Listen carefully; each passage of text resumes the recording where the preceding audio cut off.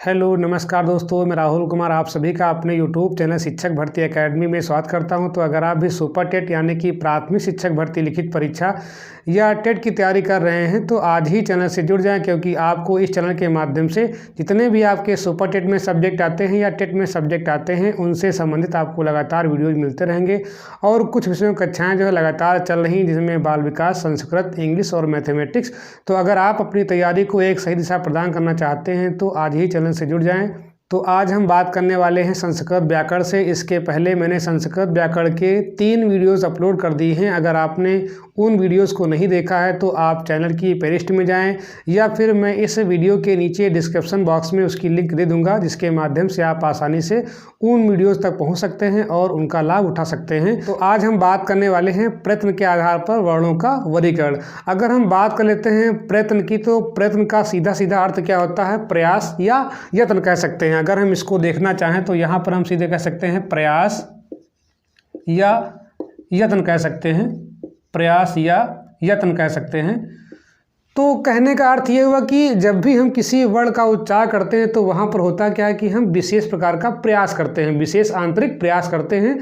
तो हम ये कह सकते हैं कि वर्णों के उच्चारण में किया जाने वाला विशेष आंतरिक प्रयास ही प्रयत्न कहलाता है। कैसे लिख सकते हैं यहाँ पर? वर्णों के उच्चारण में क्या लिखेंगे यहाँ पर? वर्णों के उच्चारण में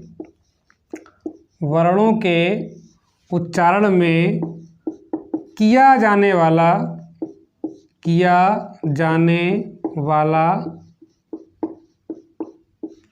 विशेष आंतरिक प्रयास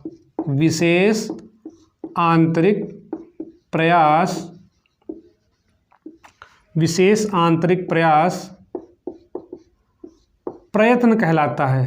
प्रयत्न या यत्न कह सकते हैं, प्रयत्न या यत्न कहलाता है।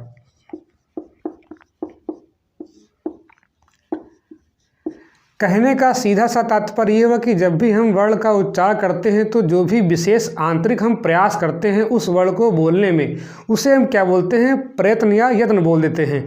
अब यहाँ पर जो भी आपका प्रयत्न होता है, मतलब ये हुआ कि जब भी हम किसी वर्ण का उच्चारण करेंगे तो वहाँ पर जो हम प्रयास करते हैं वो आपका प्रयास 2 प्रकार से होता है। एक आपका होता है आभ्यंतर प्रयत्न, एक क्या होता है आपका यहाँ पर बाह्य प्रयत्न।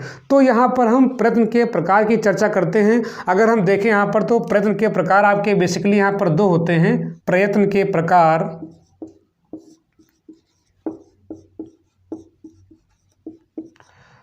तो प्रयत्न के प्रकार मैंने बताया कि बेसिकली आपके 2 प्रकार के होते हैं। एक होता है आपका यहाँ पर आभ्यंतर प्रयत्न, दूसरा क्या होता है यहाँ पर आपका बाह्य प्रयत्न। इसको हम बोलते हैं क्या? आभ्यंतर प्रयत्न और दूसरा यहाँ पे क्या होता है? बाह्य प्रयत्न। क्या होता है? इसको बोलते हैं बाह्य प्रयत्न बोल देते हैं। कहने का अर्थ ये है कि जब भी हम वर्णों का उच्चारण करते हैं तो वहाँ पर 2 आपके प्रयत्न होते हैं। एक आपका होता है आभ्यंतर प्रयत्न, एक क्या होता है यहाँ पर आपका बाह्य प्रयत्न। अब देखिए यहाँ पर हम दोनों को समझते हैं कि आभ्यंतर प्रयत्न क्या होता है और बाह्य प्रयत्न क्या होता है। देखते हैं यहाँ पर, अगर हम बात कर लेते हैं यहाँ पर आभ्यंतर प्रयत्न की, तो ये क्या होता है? वर्णों का उच्चारण करने से पहले जो हम मुख में चेष्टा करते हैं, मतलब जब किसी हम वर्ण का उच्चारण करते हैं तो उस वर्ण का उच्चारण करने से पहले जो मुख में चेष्टा होती है, जो इच्छा होती है, उसे हम क्या बोलते हैं? आभ्यंतर प्रयत्न बोल देते हैं। तो अगर हम यहाँ पर लिखना चाहें तो हम क्या लिख सकते हैं? वर्णों के उच्चारण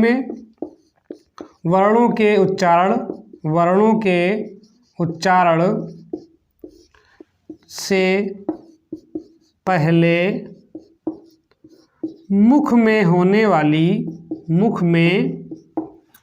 होने वाली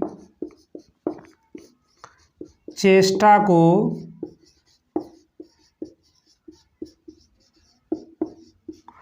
आभ्यंतर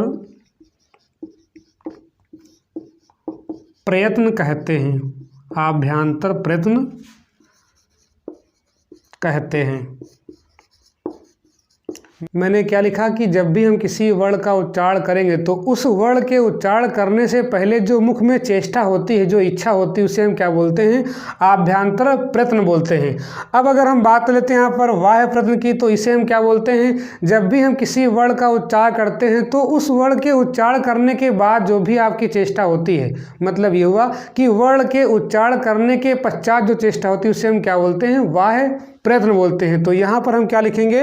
वर्णों के उच्चारण के पश्चात, वर्णों के उच्चारण के पश्चात या बाद कर सकते हैं। पश्चात माने क्या होता है? बाद होने वाली चेष्टा को बाह्य प्रयत्न कहते हैं। बाह्य प्रयत्न कहते हैं। सीधा सा कहने का अर्थ ये होगा कि अगर हम बात कर लेते हैं आभ्यंतर प्रयत्न की, उसे हम क्या बोलते हैं? जब भी हम किसी वर्ण का उच्चारण करते हैं तो उसके उच्चारण करने से पहले जो हमारे मुख में चेष्टा होती है उसे हम क्या बोलते हैं? आभ्यंतर प्रयत्न। और जब भी हम किसी वर्ण का उच्चारण करते हैं उसके बाद जो हमारी चेष्टा होती है उसे हम क्या बोलते हैं? बाह्य प्रयत्न बोलते हैं। तो ये आपके प्रयत्न हो गए और प्रयत्न के प्रकार हो गए। अब हम बात कर लेते हैं यहाँ पर इनके प्रकारों की। तो अगर हम देखें तो यहाँ पर जो आभ्यंतर प्रयत्न होते हैं ये आपके बेसिकली होते हैं 5 प्रकार के, और जो आपके यहाँ पर बाह्य प्रयत्न होते हैं ये आपके होते हैं 11 प्रकार के। तो हमें सभी प्रकारों को अलग अलग पढ़ना है, क्योंकि ये आपकी परीक्षा में बहुत ही महत्वपूर्ण है और आपसे पूछ देता है कि जो है ये किस आपका प्रयत्न का एग्जाम्पल है। जैसे घोष, अघोष, इस तरह से पूछ लेता है, ठीक है। अल्पप्राण, महाप्राण पूछ लेता है, विवृत, समृत पूछ लेता है, विवार, स्वार पूछ लेता है। तो इस प्रकार से जो है हमको क्लासिफिकेशन आना चाहिए, तभी हम जो है परीक्षा में भली भांति क्वेश्चंस को कर सकते हैं। अब हम बात कर लेते हैं प्रयत्न के अलग अलग प्रकारों की, और उसके बाद जो है हम अलग अलग प्रकार की विस्तृत चर्चा करेंगे। तो मैंने अभी बताया कि अगर हम बात कर लेते हैं प्रयत्न की, तो मैंने अभी कहा है कि यहाँ पर प्रयत्न आपके 2 प्रकार के होते हैं। एक आपका क्या होता है? आभ्यंतर प्रयत्न, दूसरा क्या होता है यहाँ पर आपका? बाह्य प्रयत्न। तो दोनों को मैं यहाँ पर पहले लिख लेता हूँ। इसको हम बोलते क्या है? आभ्यंतर प्रयत्न। क्या बोल देते हैं? आभ्यंतर प्रयत्न बोल देते हैं इसको, आभ्यंतर प्रयत्न। और दूसरा हमने क्या बताया था अभी? आपका बाह्य प्रयत्न।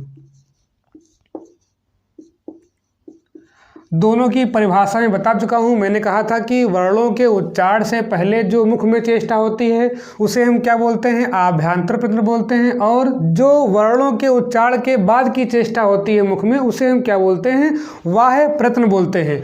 अब हम यहाँ पर आभ्यंतर प्रयत्न के प्रकारों की चर्चा करने वाले हैं। तो मैंने बताया कि आभ्यंतर प्रयत्न आपके 5 प्रकार के होते हैं। उन 5 के हम पहले नाम सीखेंगे। इसी प्रकार से यहाँ पर जो कितने होते हैं उनके हम नाम सीखेंगे। कम से कम पहले हम क्लासिफिकेशन जान जाएं, उसके बाद जो है हम अलग अलग हर बिंदु पे चर्चा करने का प्रयास करेंगे। तो यहाँ पर सबसे पहले हम बात कर लेते हैं आभ्यंतर प्रयत्न की। ये आपके बेसिकली कितने प्रकार के होते हैं? 5 प्रकार के। कितने होते हैं यहाँ पर आपके? 5 प्रकार के। और मैं अलग अलग प्रकार की चर्चा कर रहा हूँ। पहले वाले को हम बोलते हैं क्या? स्पृष्टा बोलते हैं। क्या बोल देते हैं? स्पृष्टा बोल देते हैं। दूसरा आपका होता है ईषत् स्पृष्टा। क्या बोलते हैं इसको? हम ईषत् स्पृष्टा बोलते हैं, ईषत् स्पृष्टा बोलते हैं।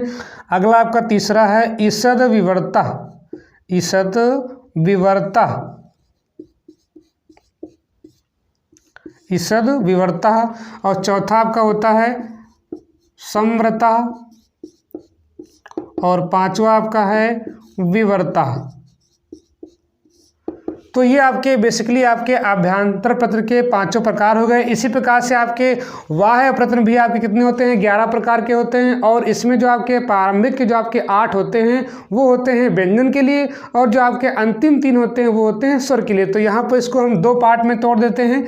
कैसे तोड़ेंगे? यहाँ पर व्यंजन के लिए क्या तोड़ते हैं? व्यंजन के लिए, व्यंजन के लिए, और दूसरा होता है स्वरों के लिए। ठीक है, दूसरा क्या होता है? स्वरों के लिए। ठीक है, यहाँ पर व्यंजनों कर सकते हैं। तो व्यंजनों के लिए और स्वरों के लिए तो यहाँ पर मैंने बताया कुल कितने होते हैं, यहाँ पर आपके 11 होते हैं। कुल कितने होते हैं, यहाँ पर आपके 11 होते हैं। और हमें करना क्या है कि इन 11 में से व्यंजनों के अलग पढ़ने हैं, स्वरों के अलग पढ़ने हैं। तो व्यंजनों के आपके 8 होते हैं और बच्चे कितने आपके 3, वो किसके लिए होते हैं, स्वरों के लिए। तो हम यहाँ पर पहले 8 के नाम लिखने का प्रयास करते हैं। पहला आपका होता है यहाँ पर आपका विवारह। क्या होता है यहाँ पर, विवारह, विवारह। दूसरा आपका होता है संवारह। क्या होता है यहाँ पर आपका, संवारह। तीसरा आपका होता है नादः। क्या होता है, नादः। चौथा आपका होता है श्वासः। क्या होता है यहाँ पर आपका, श्वासः। पांचवा आपका होता है घोषः। क्या होता है यहाँ पर आपका, घोषः। छठवां आपका होता है अघोषः। क्या होता है यहाँ पर आपका, अघोषः। सातवां आपका होता है अल्प प्राणः। क्या होता है यहाँ पर आपका, अल्प प्राणः। और आठवां आपका होता है महाप्राणः। क्या होता है यहाँ पर आपका, महाप्राणः। तो ये बेसिकली आप किसके होते हैं, यहाँ पर आपके व्यंजनों के लिए होते हैं। कितने आपके 8 होते हैं। और जो बचे 11 में से आपके 3 वो किसके लिए होते हैं, स्वरों के लिए होते हैं। तो उनके हम नाम यहाँ पर लिखने का प्रयास करते हैं।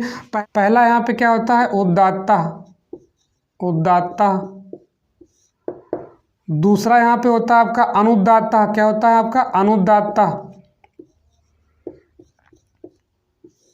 और तीसरा आपका होता है स्वरितः। क्या होता है यहाँ पर आपका, स्वरितः।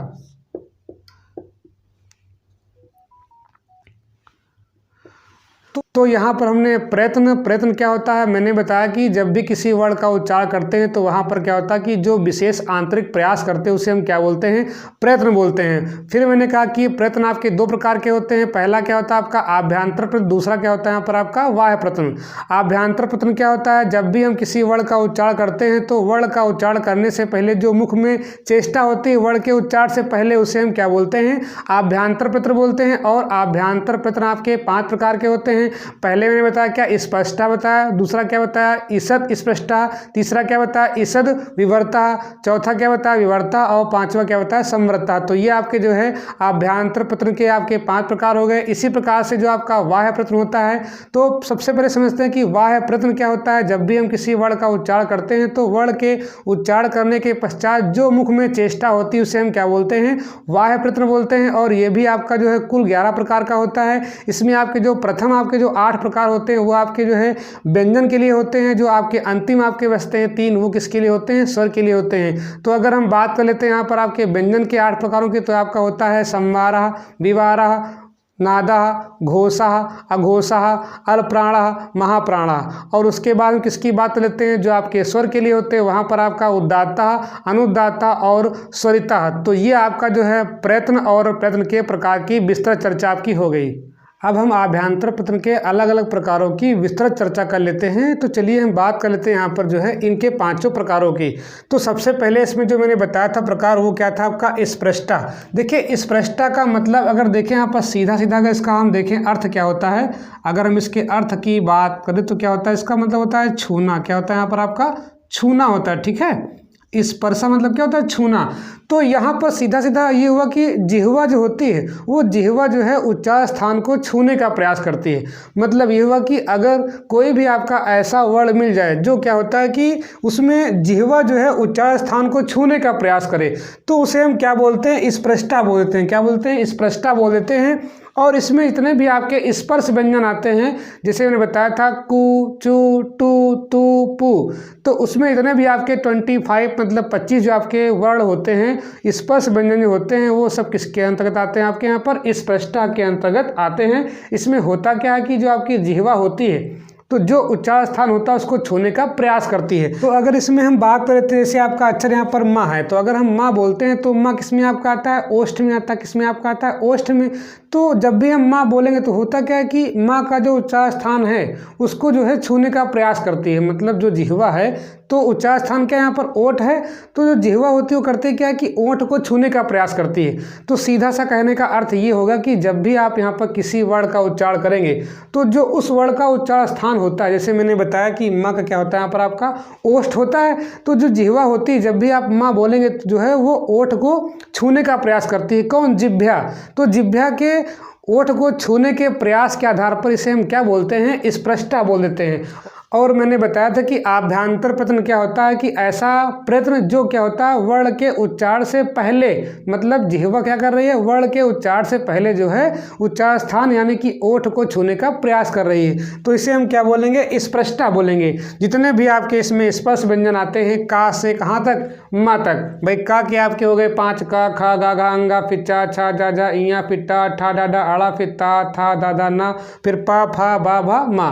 तो ये आपके कितने हो गए, 25 वर्ण क्या होते हैं आपके यहाँ पर स्पृष्टा में आते हैं। दूसरा जो आपका यहाँ पर प्रकार वो क्या आपका है, ईसत स्पृष्टा। अब देखिए यहाँ पर इसको हम तोड़ते हैं। ये आपका जो है 2 वर्णों से बना हुआ है। किससे बना हुआ है, 2 वर्णों से। एक आपका होता है ईसत, क्या होता है यहाँ पर आपका ईसत, और इसको हम बोलते क्या है, ईसत मतलब होता है थोड़ा, क्या होता है यहाँ पर आपका थोड़ा। और स्पृष्टा तो आप जानते हैं यहाँ पर इसका मतलब क्या होता है, ये आपका 2 वर्णों से बना है। कौन सा, स्पृष्टा। इसका मतलब क्या होता है, छूना। क्या होता है, छूना। मतलब ये हुआ कि जो जिह्वा होती है तो जो भी यहाँ पर वर्ण दिए गए हैं इन वर्ण के उच्चार स्थान को थोड़ा सा छूने का प्रयास करती है। मतलब जैसे अगर हम यहाँ पर एग्जाम्पल के तौर पर मान लेते हैं एक वर्ड यहाँ पर वा, तो जब भी आप वा बोलेंगे तो वा का उच्चार स्थान क्या होता है, दंत ओष्ठ होता है। वकारस्य दंत ओष्ठम, तो यहाँ पर इसका जो स्थान होता है उच्चारण का वो क्या होता है, दंत ओष्ठ।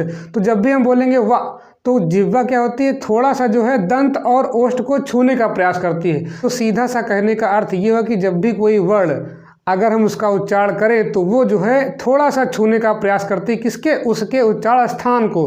तो उसे हम क्या बोलते हैं, ईसत स्पृष्टा बोल देते हैं।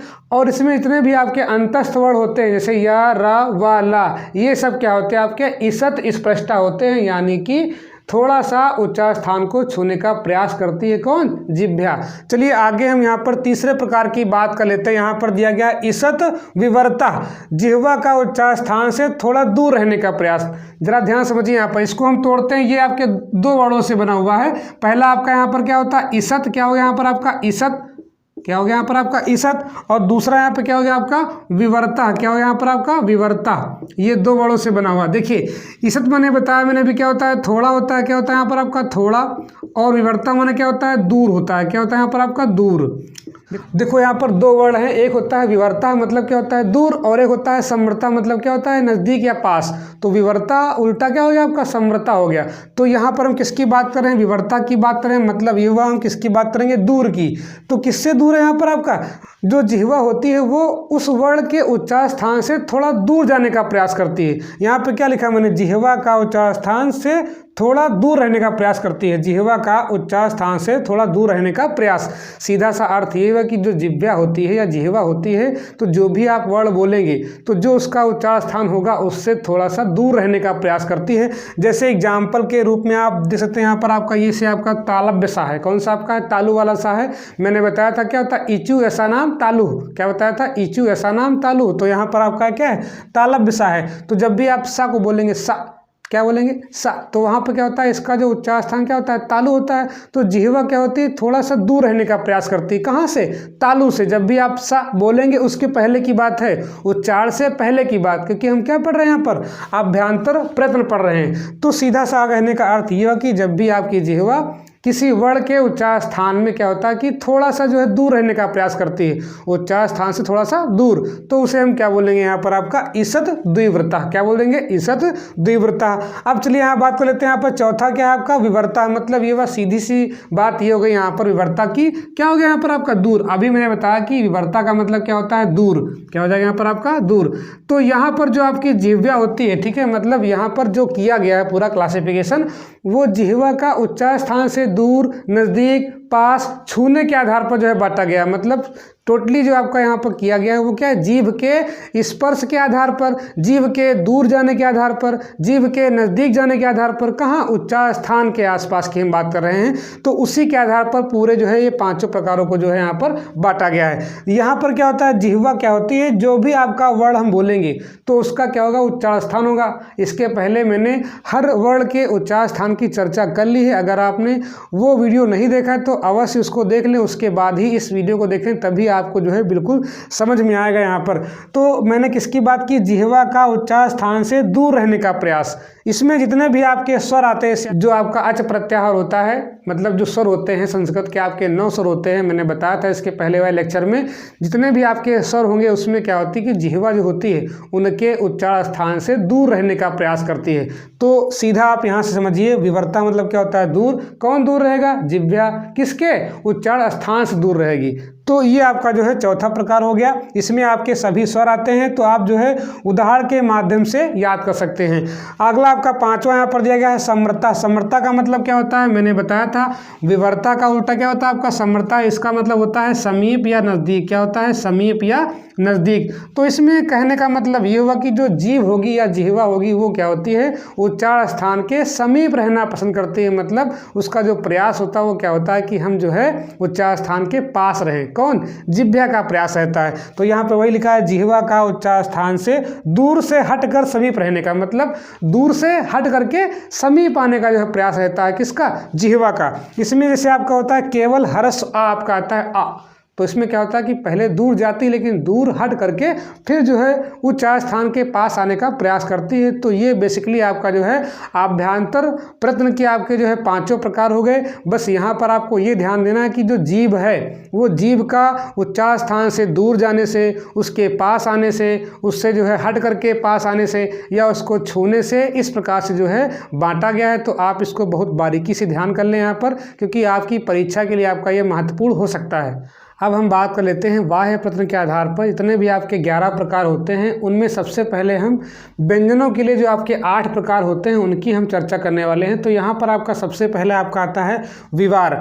विवार का मतलब क्या हुआ कि यहाँ पर जब भी आप वर्ण का उच्चारण करेंगे तो वहाँ पर क्या होता है, आपका मुंह क्या होता है, आपका खुला रहता है।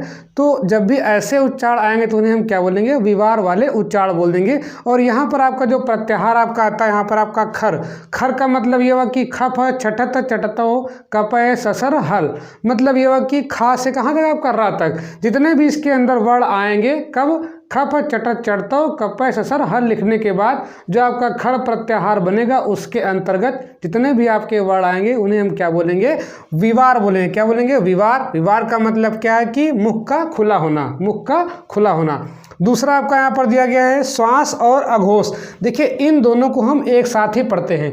क्यों पढ़ रहे हैं यहाँ पर, आप समझिए, यहाँ पर दोनों में आपका अंतर नहीं है। यहाँ पे श्वास में क्या होता है कि जब भी हम किसी वर्ण का उच्चारण करते हैं तो वहाँ पर आपकी श्वास चलती है। और जब यहाँ पर हम बात कर लेते हैं अघोष की, तो अघोष में क्या होता है कि वर्णों के उच्चारण के समय घोष गुंजन नहीं होता है। मतलब ये हुआ कि जो है जब भी हम उनके वर्णों का उच्चारण करते हैं तो वहाँ पर आपका गुंजन नहीं होता है, मतलब उनका हम जो है स्पष्ट रूप से उच्चारण कर सकते हैं। तो यहाँ पर वही है, श्वास चलेगी लेकिन गुंजन नहीं होता है यहाँ पर। तो दोनों आपस में क्या हो गए, मर्ज हो गए। श्वास चलेगी लेकिन यहाँ पर गुंजन नहीं होगा वर्णों के कहने में। जैसे यहाँ पर आप देखें कि प्रत्येक वर्ग का, अब देखिए आपके 5 वर्ग होते हैं। मैंने बताया था कि जितने भी आपके स्पर्श व्यंजन हैं उसमें आपके 5 वर्ग होते हैं, कु चु टू पू तू। कु में क्या आता है का खा गा घा अंगा, चू में क्या आता है चा छा जा जा इया, टू में क्या आता है टा ठा डा डा अड़ा, तू में क्या आता है ता था दा धा ना, और पू में क्या आता है पा फा बा भा मा।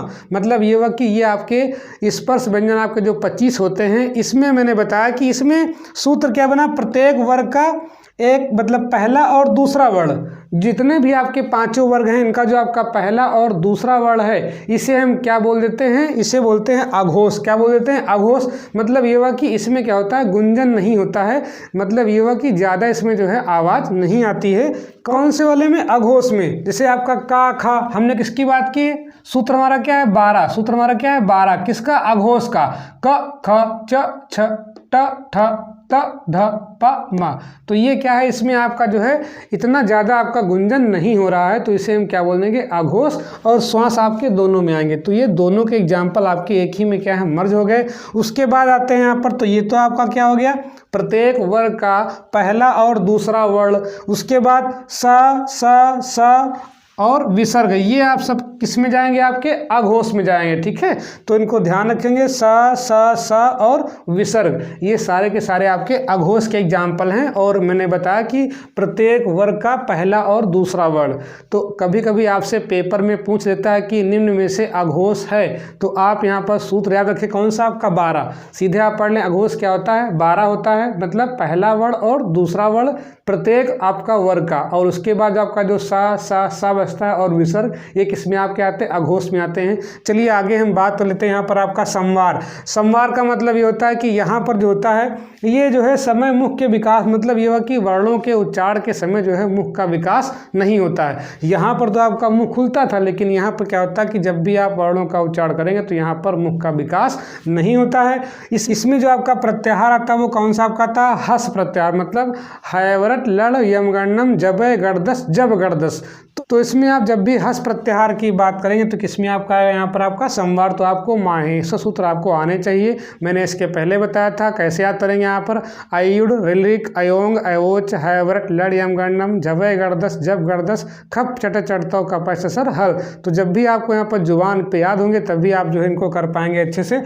चलिए आगे हम बात कर लेते हैं। यहाँ पर आपका जो है दो आप यहाँ पे साथ में पढ़ेंगे, जैसे मैंने बताया था कि यहाँ पर आप जो है श्वास और अघोष को साथ में पढ़ेंगे, उसी प्रकार से यहाँ पर नाद और घोष को पढ़ेंगे। नाद का मतलब क्या होता है, यहाँ पर गंभीर ध्वनि या कहते हैं गुंजन कह सकते हैं। यहाँ पर गुंजन नहीं था, लेकिन यहाँ पर क्या आपका है नाद मतलब होगा गंभीर ध्वनि, और जब गंभीर ध्वनि होगी तो वहाँ पर क्या गुंजन मतलब घोष होगा। तो नाद और हम घोष को साथ ही पढ़ रहे हैं, मतलब इसीलिए हम क्या लिखे यहाँ पर एक साथ, और इसको हम क्या ले रहे हैं एक साथ। कभी भी आप कंफ्यूज नहीं होंगे इस तरह से पढ़ने से।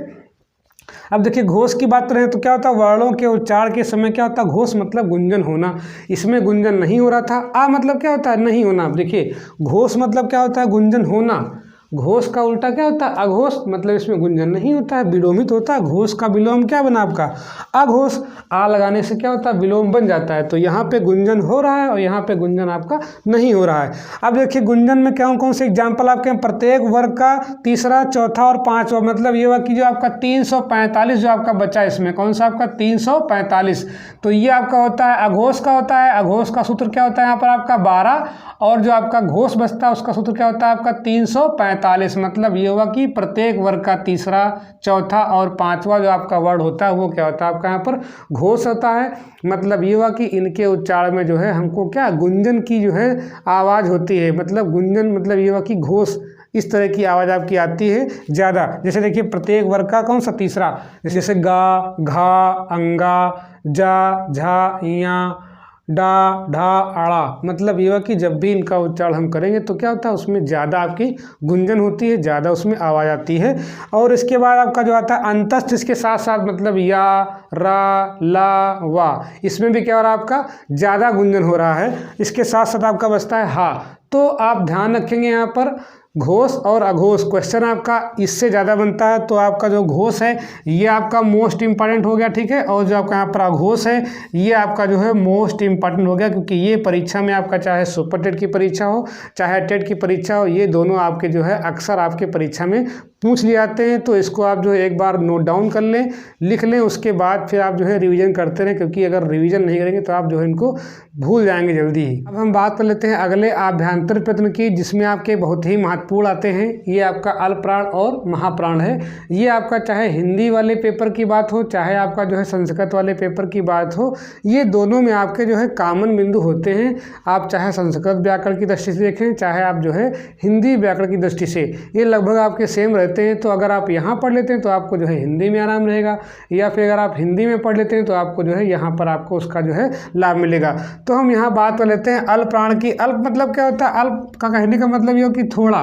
तो इनमें क्या होता है कि वर्णों के उच्चारण के समय क्या होता है, प्राण वायु का कम प्रयोग होता है। मतलब अल्प माने क्या होता है, थोड़ा प्रयोग होता है। जब भी हम इन वर्णों का उच्चारण करते हैं तो वहाँ पर जो हमारी वायु होती है उसमें जो है हमें कम ताकत लगानी पड़ती है, अल्प जो है ताकत लगानी पड़ती है, उनका उच्चारण आसानी से हो जाता है। तो इसमें जो भी हम देखें यहाँ पर जो भी आपके पाँचों वर्ग दिए गए हैं, क वर्ग, च वर्ग, ट वर्ग, प वर्ग, त वर्ग, इन वर्गों के जो भी आपके विषम स्थान के वर्ड होते हैं, विषम स्थान क्या होता है 1 3 5, मतलब पहला वाला अक्षर, ठीक है, तीसरा वाला अक्षर और पांचवा वाला अक्षर, इन्हें हम क्या बोलते हैं, अल्प प्राण बोल देते हैं। जैसे आपका का ग अंगा, इसमें क्या हो जाएगा आपका चा जा या, इसमें क्या हो जाएगा टा डा अड़ा। तो सीधा सा कहने का अर्थ ये हुआ कि 1 3 5 मतलब 135, या हम इसको ऐसे याद रखें कि जो भी आपके वर्ग होते हैं पांचों वर्ग स्पर्श व्यंजन के, अभी हम किसकी बात कर रहे थे, व्यंजन की ही बात कर रहे हैं। जो व्यंजन के आपके 8 प्रकार हैं उनकी हम चर्चा कर रहे हैं यहाँ पर। तो जो विषम वर्ण होंगे मतलब जो विषम स्थानों पे आएंगे, विषम संख्याएं क्या होती हैं 1, 3, 5 और सम संख्याएं क्या होती है आपका 2 और 4। तो जो विषम स्थान पे वर्ण आते हैं उन्हें हम क्या बोलते हैं, अल्प प्राण बोलते हैं। और इसमें जो आपका यड़ प्रत्याहार होता है वो भी आपका आता है। तो यड़ का मतलब ये होगा कि या, रा, वा और ला। तो ये भी जो है किसमें आपके आते हैं, यहाँ पर आपके अल्प प्राण में आते हैं। तो आप याद रखेंगे आपके जो विषम वर्ण के स्थान है और यड़ प्रत्याहार, और साथ साथ में आपका जो यहाँ पर अनुस्वार होता है, मतलब जिसको हम बोलते हैं इस तरह से, ये क्या आपका हो गया अनुस्वार। तो अनुस्वार हो गया आपका, यड़ प्रत्याहार हो गया, और जो आपके यहाँ पर विषम स्थान होते हैं इसे हम क्या बोलते हैं, अल्प प्राण बोल देते हैं। और ये आपको चलिए कि आपका ये परीक्षाएं बहुत ही इंपॉर्टेंट है, इसके आसार आपके ज़्यादा रहते हैं परीक्षा में आने के। तो आप इसको जो है विधिवत तैयार कर लीजिए।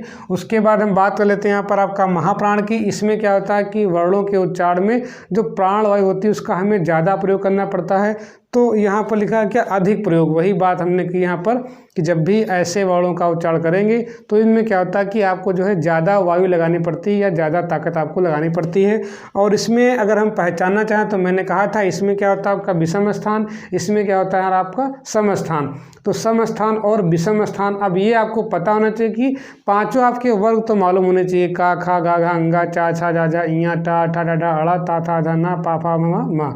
तो ये जब तक नहीं आपको मालूम होंगे तब तक आप जो यहाँ पर सम और विषम नहीं पहचान पा रहे हैं, तब भी आपको दिक्कत है। तो सम स्थान और विषम स्थान, तो यहाँ पर हम किसकी बात कर रहे हैं, सम स्थान की बात कर रहे हैं। इसके साथ साथ जो आपका यहाँ पर जो सल प्रत्याहार होता है, मतलब स, स, हा, ठीक है, ये भी आपका आता है। और साथ साथ क्या होता है आपका विसर्ग। तो 3 चीज़ें हो गई यहाँ पर। आपका सम स्थान हो गया आपका, सल प्रत्याहार मतलब सा और हा, उसके साथ साथ क्या होता है पर आपका विसर्ग। ये सब क्या आते हैं आपके महाप्राण में आते हैं। तो अल्प प्राण और महाप्राण आपका बहुत इंपॉर्टेंट है। ये भी आपका जो है परीक्षा में कई बार पूछा गया है, चाहे आपका हिंदी के पेपर की हम बात करें, चाहे आपका जो है संस्कृत के पेपर की बात करें, तो ये आपके जो है परीक्षा में अक्सर पूछे जाते हैं।